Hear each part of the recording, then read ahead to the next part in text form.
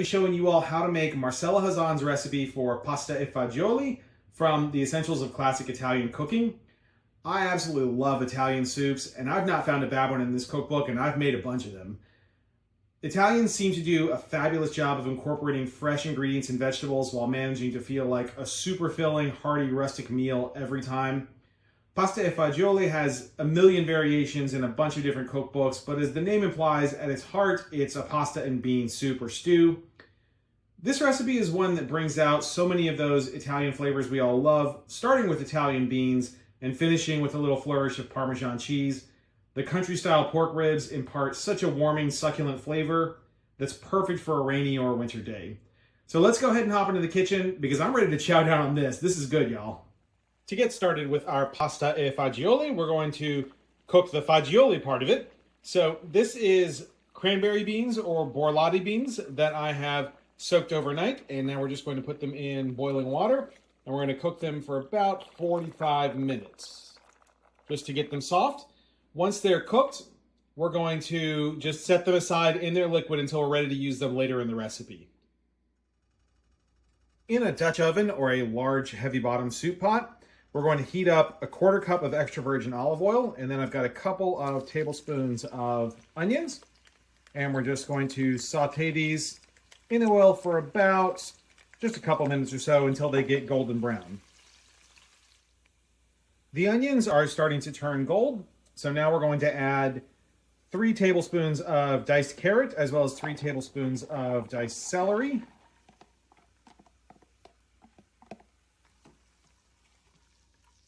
I love this about Italian soups, using all these fresh ingredients. Now, I've got 3 country-style pork ribs that I've chopped up. Some of the pieces do have the bones. We'll just, we want that in there for adding body and flavor to the broth. So we're going to go ahead and put those in as well.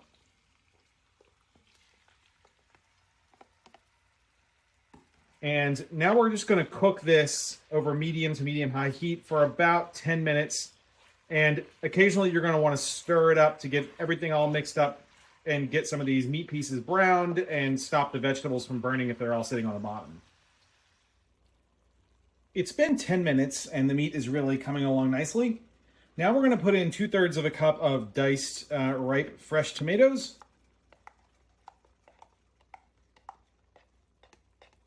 And I'm going to cover this and lower the heat down so that it just gets to a slow simmer. Get these all mixed in, and then add the lid and cook this for another 20 minutes. And these tomatoes are going to really turn red and change color, and man, this is going to be good. Look at the wonderful color change that's happened to the broth here. The reds from those tomatoes have really infused, and now we've got this bright yellow-orange broth that's forming. And now we're going to add the cooked beans that we made earlier to the pot, largely strained of their liquid.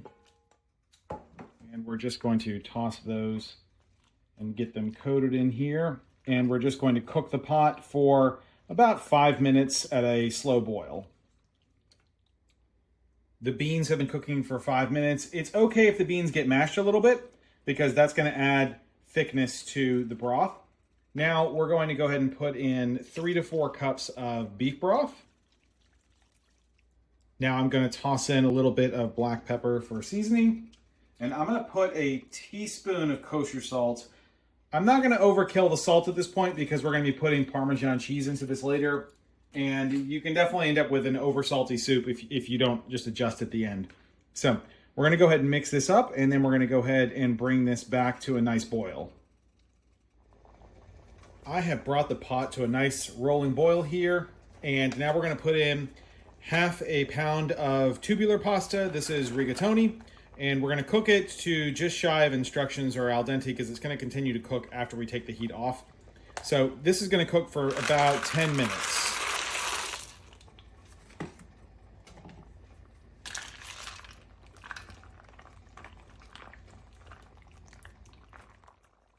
The pasta is now al dente, and man, look at how thick and hearty this soup looks.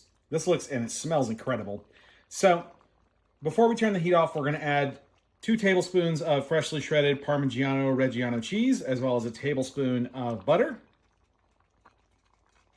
And we're just gonna give that a quick swirl, and then we're gonna turn off the heat, and we're gonna let this cool down for about 10 minutes before we serve it. We actually don't wanna serve this soup super piping hot. I just plated up this bowl, and this looks and smells. I've had a little taste. It tastes amazing. Everything in this dish complements each other, from the pork to the beans, but we're not quite done yet. We're going to add a little bit of fresh grated Parmesan cheese, or Parmigiano Reggiano.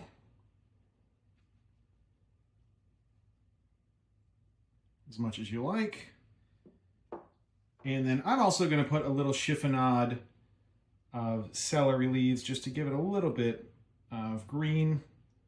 And I actually find it gives it a nice little green taste that's just delicious as well. And there we go. There's our pasta e fagioli. Check out some of my other Italian dishes. Definitely check out all of the soups in this book. This is, like I said, I've made a bunch of them. Barley soup in the style of Trent, minestra, tricolore, the minestrone romagnola. They're all really good. So check this one out. You won't regret it. This cookbook is amazing. I'll see you guys next time.